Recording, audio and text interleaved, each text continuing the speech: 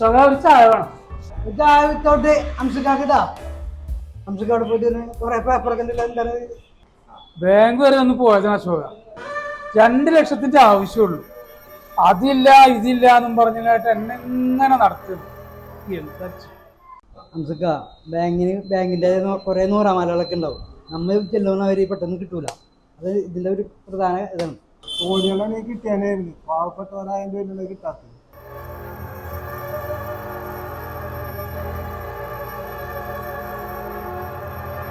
പോട്ടെ അശോക.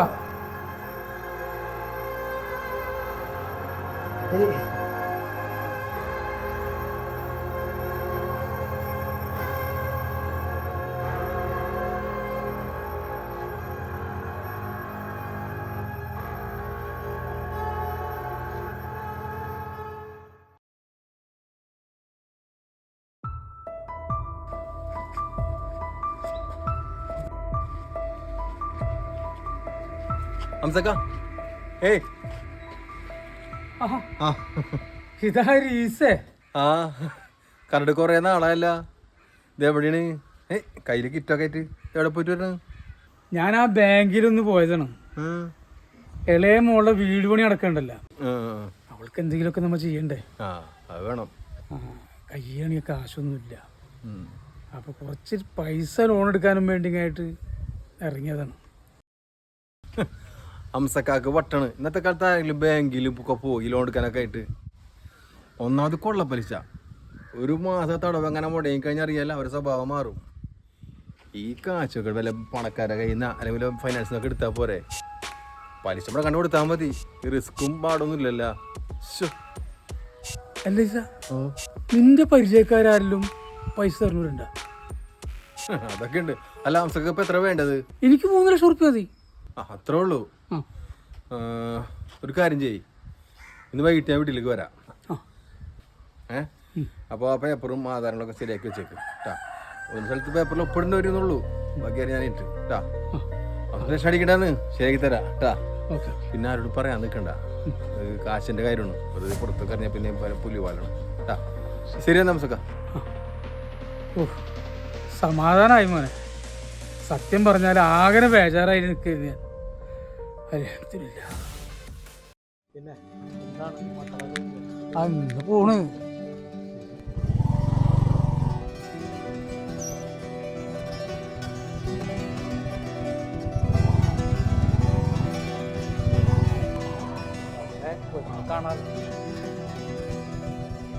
തൈവിളപ്പിൽ ഹംസയുടെ വീട്?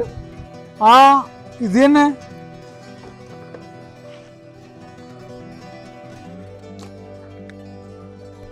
വാ കേറിയിരിക്കി. വേണ്ട, ഞാനിവിടെ നിന്നോളാം. ഈ ഹംസ എന്ന് പറയണത് മൂപ്പരാണ്. എന്തേ? ഞാനേ ഈ നമ്മുടെ ആ വെട്ടിക്കുഴി ഫൈനാൻസില്ലേ, വെട്ടിക്കുഴി ഫൈനാൻസിൽ നിന്ന് വരുന്നതാണേ. നിങ്ങൾ 4 മാസം മുമ്പ് ഒരു ലോൺ എടുത്തില്ല ആധാരം വെച്ചിട്ട്?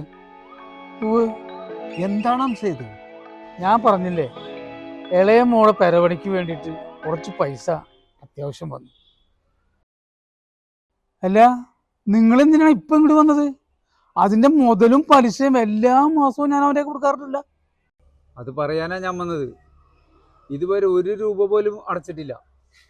8 ലക്ഷത്തിന്റെ പലിശ മാത്രം നിങ്ങൾക്ക് എത്രയാവുന്ന നിങ്ങൾക്ക് അറിയാലോ കൃത്യമായിട്ട്. 8 ലക്ഷം റുപ്യ? പിന്നെ നീ എത്ര എടുത്തത്? 3 ലക്ഷം. അതിന്റെ മുതലും പലിശയും എല്ലാ മാസവും ഞാൻ അവരെ കൊടുക്കാറുണ്ട്.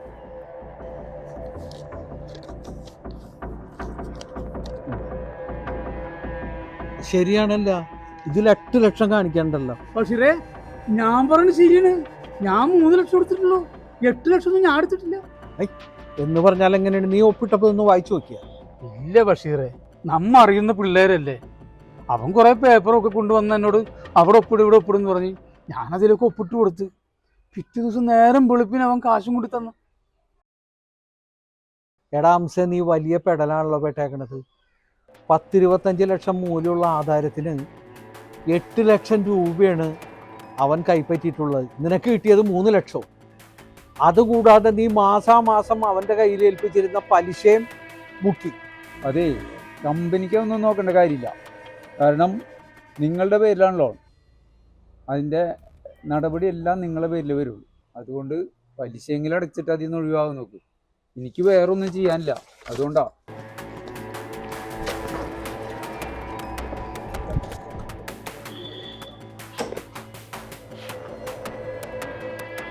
എടാ നോക്കി നിൽക്കാണ്ട് നീ അവനൊന്ന് ഫോൺ വിളിച്ച ചെല്ല്.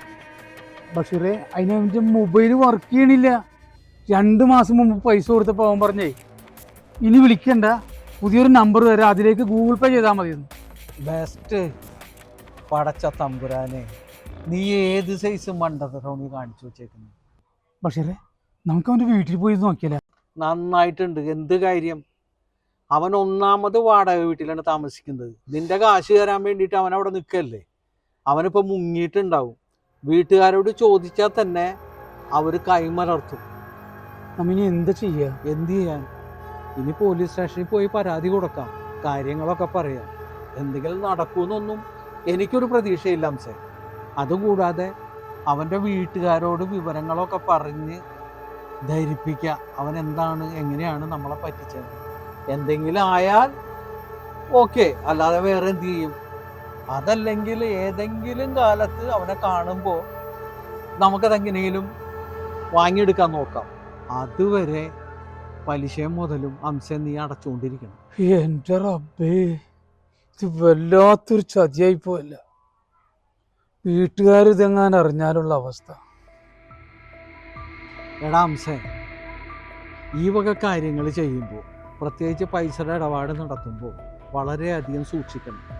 സ്വന്തം രക്തത്തിൽ നിന്നായാലും എന്ത് ബന്ധമായാലും അതിനൊന്നും തയ്യാറാകരുത്, സൂക്ഷിക്കണം.